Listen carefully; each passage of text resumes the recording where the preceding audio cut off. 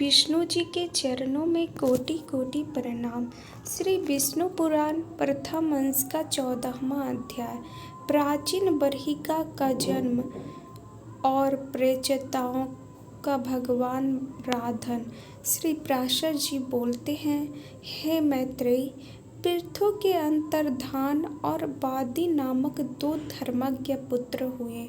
उनमें से अंतर्धान से उनकी पत्नी शिखंडिनी ने हरविधान को उत्पन्न किया। हरविधान से अग्निकुली का धीसान ने प्राचीन, वरही, शुक्र, गय, कृष्ण, वृज और अजिन ये 6 पुत्र उत्पन्न किए। हे महाभाग, हरविधान से उत्पन्न हुए भगवान प्राचीन वरही एक महान प्रजापति थे, जिन्होंने यज्ञ के द्वारा अपनी प्रजा की बहुत वृद्धि की। हे मुने, उनके समय में यज्ञानुष्ठान की अधिकता के कारण प्राचीन नागर कुश समस्त पृथ्वी में फैले हुए थे, इसीलिए वे महाबली प्राचीन बरही नाम से विख्यात हुए। जो पृथु के थे, जिनके नाम से फिर पृथ्वी बनी, उनके 2 पुत्र हुए अंतर्धान उनकी पत्नी से। उसके बाद फिर जो हरविधान हुए, उनके फिर 6 पुत्र हुए जो महान प्रजापति बने, और फिर वो पूरे पृथ्वी में फैले हुए थे, जो प्राचीन बरही नाम से विख्यात हुए। फिर आगे, हे महामते, उन महापति ने महान तपस्या के अनंतर समुद्र की पुत्री स्वर्णा से विवाह किया। उस समुद्र कन्या स्वर्णा के प्राचीन बरही से 10 पुत्र हुए। वे परचेता नामक सभी पुत्र धनुर्विद्या के परागामी थे। उन्होंने समुद्र के जल में रहकर 10,000 वर्ष तक समान धर्म का आचरण करते हुए घोर तपस्या की। वो जो थे समुद्र की पुत्री स्वर्णा से विवाह किए, जिनको प्राचीन बरही नाम से जो विख्यात हुए, मतलब कि हविधरना से उन्होंने स्वर्णा से विवाह किए, और वो स्वर्णा के से जो है 10 पुत्र हुए। और वो जो सारे पुत्र थे वो धनुर्विद्या में बहुत ज़्यादा परागम थे। और वो जो थे प्राचीन बरहिस, मतलब हविर्धान, वो जो है 10,000 वर्ष तक जल में रहकर घोर तपस्या किए। अब आगे श्री मैत्रेयी जी बोले, हे महामुने, उन महात्मा परिचेताओं ने जिस लिए समुद्र के जल में तपस्या की थी, सो आप कहिए। मैत्रेयी जी जानना चाह रहे हैं कि जो महात्मा जो थे, जिनको प्राचीन बरहिसी के नाम से जाना जाता है, उन्होंने समुद्र के जल में जो तपस्या किए हैं वो किस लिए किए हैं, उसके बारे में वो जानना चाहते हैं। तब श्री पराशर जी कहते हैं, हे मैत्रेय, एक बार प्रजापति की प्रेरणा से प्रेचताओं को महात्मा पिता प्राचीन बरही ने उनसे अति सम्मान पूर्वक संतानोत्पत्ति के लिए इस प्रकार कहा। प्रजापति के प्रेरणा से जो प्राचीन बरही थे, वो सम्मान पूर्वक संतानोत्पत्ति के लिए कहा। क्या कहते हैं, आगे देखते हैं। प्राचीन बरही बोले, हे पुत्रों, देवाधिदेव ब्रह्मा जी ने मुझे आज्ञा दी है, तुम प्रजा की वृद्धि करो, और मैंने भी उनसे बहुत अच्छा कह दिया है। अतः हे पुत्रगण, तुम भी मेरी प्रसन्नता के लिए सावधानी पूर्वक प्रजा की वृद्धि करो, क्योंकि प्रजापति की आज्ञा तुमको भी सर्वथा माननीय है। प्राचीन बरही बोलते हैं, जो 10,000 वर्ष तक जिन्होंने समुद्र में रहकर तपस्या घोर की थी, वो किस लिए की थी, इस पे प्राचीन बरही बोलते हैं, उनको ब्रह्मा जी ने आज्ञा दी थी कि तुम प्रजा की वृद्धि करो, क्योंकि सबसे पहले स्वयंभू मनु से 2 हुए, उनसे उनकी ही पीढ़ी से सब कुछ आगे बढ़ा है। तो ब्रह्मा जी ने उनको आज्ञा दी कि तुम प्रजा की वृद्धि करो, और प्राचीन वर ही मान गए इस आज्ञा को। इसलिए वो बता रहे हैं अपने संतान को भी कि तुमको भी उनकी बात की आज्ञा पालन करना उनका धर्म है। तब श्री पराशर जी सुनाते हैं, हे मुने, उन राजकुमारों ने पिता के वचन सुनकर उनसे जो आज्ञा ऐसा कहकर फिर पूछा।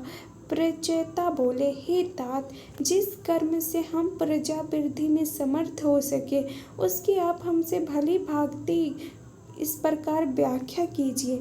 पराशर जी कहते हैं, जब प्राचीन बरही ने अपने संतान को बोला कि तुम भी प्रजा की वृद्धि करो, क्योंकि उनको ब्रह्मा जी ने बोला था, इसलिए ये आगे ब्रह्मा जी की आज्ञा का पालन अपने पुत्र को भी सौंप दिया।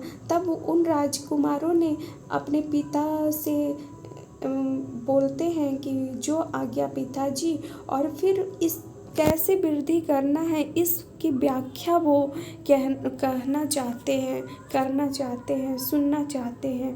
तब पिता ने कहा, मतलब कि उनके पिता जिन्होंने समुद्र में जो घोर तपस्या की 10,000 वर्ष तक, जिनको प्राचीन बरही नाम से भी जाना जाता है, उनके पिता बोले, वरदायक भगवान विष्णु की आराधना करने से ही मनुष्य को निसंदेह इष्ट वस्तु की प्राप्ति होती है और किसी उपाय से नहीं। इसके सिवा और मैं तुमसे क्या कहूँ। इसलिए यदि तुम सफलता चाहते हो तो प्रजा वृद्धि के लिए सर्वभूतों के स्वामी श्री हरि गोविंद की उपासना करो। धर्म, अर्थ, काम या मोक्ष की इच्छा वालों को सदा अनादि पुरुषोत्तम भगवान विष्णु की आराधना करनी चाहिए। कल्प के आरंभ में उनकी उपासना करके प्रजापति ने संसार की रचना की। तुम उन अच्युत की आराधना करो जिससे तुम्हारी संतान की वृद्धि होगी। तब वो बोलते हैं, अपने पुत्र को बताते हैं कि भगवान विष्णु की आराधना करने से उनके प्रजा वृद्धि होगी, उन प्रजा में हर्षोल्लास बना रहेगा। सिर्फ भगवान विष्णु की आराधना करने से ही उनके संतान की वृद्धि होगी और ब्रह्मा जी और उनके पिता के आज्ञा का पालन होगा। तब श्री पराशर जी बोलते हैं, पिता की ऐसी आज्ञा होने पर प्रचेता नामक 10 पुत्रों समुद्र के जल में डूबे रहकर सावधान पूर्वक तप करना आरंभ किया। हे मुनि श्रेष्ठ, सर्वलोकाश्रय जगतपति श्री नारायण में चित्त लगाए सफलता पूर्वक तप करना आरंभ कर दिया। हे मुनि श्रेष्ठ, सर्वलोकाश्रय जगतपति श्री नारायण में चित्त लगाए हुए 10,000 वर्ष तक वहीं जल में स्थित होकर देवाधिदेव श्री हरि का एकाग्र चित्त से स्तुति की, जो अपनी स्तुति की जाने पर स्तुति करने वालों की सभी कामनाएं सफल कर देते हैं। तब श्री पराशर जी सुनाते हैं कि उनके जो पुत्र थे अपने पिता की आज्ञा अनुसार समुद्र में वो भी डूबकर तपस्या करने चले गए और 10,000 वर्ष तक वो भी, उनके पुत्र भी एक चित होकर एकाग्र मन से स्तुति किए श्री भगवान विष्णु के। अब आगे श्री मैत्रेयी जी जानना चाहते हैं, हे मुनि श्रेष्ठ, समुद्र के जल में स्थित रहकर प्रचेताओं ने भगवान विष्णु की जो अति पवित्र स्तुति की थी वह कृपया मुझे से कहिए। श्री मैत्रेयी जी जानना चाहते हैं कि वो जो भगवान विष्णु की जो पवित्र स्तुति की थी वो जानना चाह रहे हैं। तब श्री पराशर जी बताते हैं, हे मैत्रेय, पूर्व काल में समुद्र में स्थित रहकर प्रचेताओं ने तन्मय भाव से गोविंद की जो स्तुति की वह सुनो। अब सुनाते हैं। प्रचेताओं ने कहा, जिनमें संपूर्ण वाक्यों की नित्य प्रतिष्ठा है, अर्थात जो संपूर्ण वाक्यों के एकमात्र प्रतिपाद्य हैं तथा जो जगत की उत्पत्ति और प्रलय के कारण हैं, उन निखिल जगन नायक परम प्रभु को हम नमस्कार करते हैं, जो आज्ञा ज्योति स्वरूप अनुपम अनंत अपार और समस्त चराचर के कारण हैं, तथा जिन रूपहीन परमेश्वर के दिन रात्रि और संध्या ही प्रथम रूप है, उन काल स्वरूप भगवान को नमस्कार है। समस्त प्राणियों के जीवन रूप उनके अमृतमय स्वरूप को देव एवं पितृगण नित्य प्रतिभोगते हैं। उन सोम स्वरूप प्रभु को नमस्कार है, जो तीक्ष्ण स्वरूप अपने तेज से आकाश मंडल को प्रकाशित करते हुए अंधकार को भक्षण कर जाते हैं, जो घाम शीत और जल के उद्गम स्थान है। उन सूर्य स्वरूप नारायण को नमस्कार है, जो कठिनायक होकर युक्त इस संपूर्ण संसार को धारण करते हैं और शब्द आदि 5 विषयों के आधार तथा व्यापक है। उन भूमि रूप भगवान को नमस्कार है, जो संसार का योनि रूप है और समस्त देहधारियों के बीज है। भगवान श्री हरि के जल स्वरूप को हम नमस्कार करते हैं, जो समस्त देवताओं का हव्य मुख है और पितृगण का कव्य के मुख है।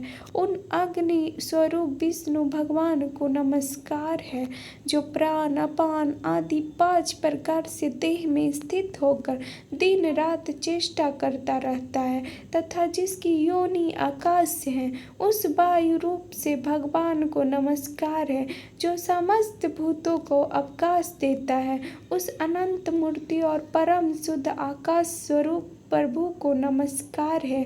समस्त इंद्रिय सृष्टि के जो उत्तम स्थान है, उन शब्द स्पर्शादि रूप विधाता श्री कृष्ण चंद्र को नमस्कार है, जो क्षर और अक्षर इंद्रिय रूप से नित्य विषयों को ग्रहण करते हैं। उन ज्ञान मूल हरि को नमस्कार है, इंद्रियों के द्वारा ग्रहण किए विषयों को जो आत्मा के सम्मुख उपस्थित करता है। उस अंतःकरण रूप विश्वात्मा को नमस्कार है, जिस अंत में सकल विश्व स्थित है, जिससे वह उत्पन्न हुआ है और जो उसके लायक भी स्थान है। उस प्रकृति स्वरूप परमात्मा को नमस्कार है, जो शुद्ध और निर्गुण होकर भी ब्रह्म बस गुण युक्त हो से दिखाई देते हैं।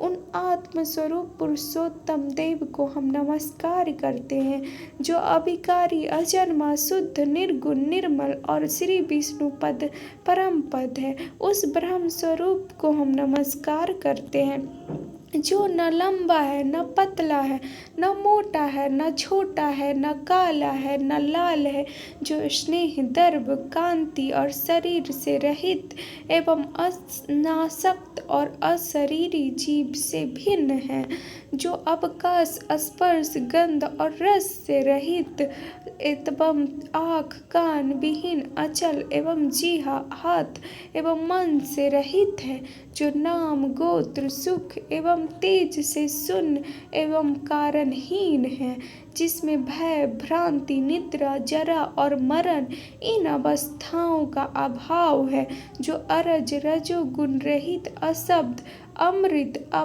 लुप्त गति शून्य और असमृत अन्नाच्छादित है, जिसमें पूर्व पर व्यवहार की गति नहीं है। वही भगवान विष्णु का परम पद है, जिसका ईशान शासन ही परम गुण है, जो सर्वस्वरूप और अनाधार है तथा जीहा एवं दृष्टि का अविषय है। भगवान विष्णु के उस परम पद को हम नमस्कार करते हैं। इस प्रकार स्तुति करके श्री विष्णु की आराधना करते हैं। उनके पुत्र अपने पिता और ब्रह्मा जी के आज्ञा के अनुसार ब्रह्मा जी को उनके पिता को आज्ञा देते हैं, उनके पिता अपने पुत्र की आज्ञा करते हैं और इस प्रकार स्तुति करते हैं। अब आगे श्री पराशर जी बताते हैं, इस प्रकार श्री विष्णु भगवान में समाधिस्थ होकर परिचेताओं में महासागर में रहकर उनकी स्तुति करते हुए 10,000 वर्ष तक तपस्या की। तब भगवान श्री हरि ने प्रसन्न होकर उन्हें खिले हुए नील कमल सी आभयुक्त दिव्य छवि से जल के भीतर ही दर्शन दिया। प्रेचेताओं ने पक्षीराज गरुड़ पर चढ़े हुए श्री हरि को देखकर उन्हें भक्ति भार से झुके हुए मस्तकों द्वारा प्रणाम किया। तब श्री पराशर जी बताते हैं, जब उनके पुत्र श्री भगवान विष्णु जी का जल में एकचित होकर 10,000 वर्ष तक तपस्या किए और स्तुति किए श्री भगवान जी को, तब श्री भगवान श्री हरि ने नीलकमल से अभियुक्त दिव्य छवि से उनको जल के भीतर ही दर्शन दिए। तब भगवान उनसे बोले, मतलब श्री विष्णु जी श्री हरि उनसे बोलते हैं उनके पुत्र से, मैं तुमसे प्रसन्न होकर तुम्हें वर देने के लिए आया हूँ, तुम अपना अभिष्ट वर मांगो। तब परिचेताओं ने वरदायक श्री हरि को प्रणाम कर जिस प्रकार उनके पिता ने उन्हें प्रजावृद्धि के लिए आज्ञा दी थी वह सब उनसे निवेदन की। तदनंतर भगवान उन्हें अभिष्ट वर देकर अंतर ध्यान हो गए और वे जल से बाहर निकल कर आए। तब भगवान उनसे प्रसन्न होकर उनको वर मांगने के लिए कहा और वो उनके पुत्र जो हैं अपने पिता की आज्ञा अनुसार प्रजावृद्धि के लिए आज्ञा के लिए उन श्री भगवान विष्णु से वर मांगे और भगवान ने उनको वर दिया और वो वहाँ से अंतर ध्यान हो गए और वो भी जल से बाहर आ गए। यही था श्री विष्णु पुराण के प्रथम अंश का 4वां अध्याय।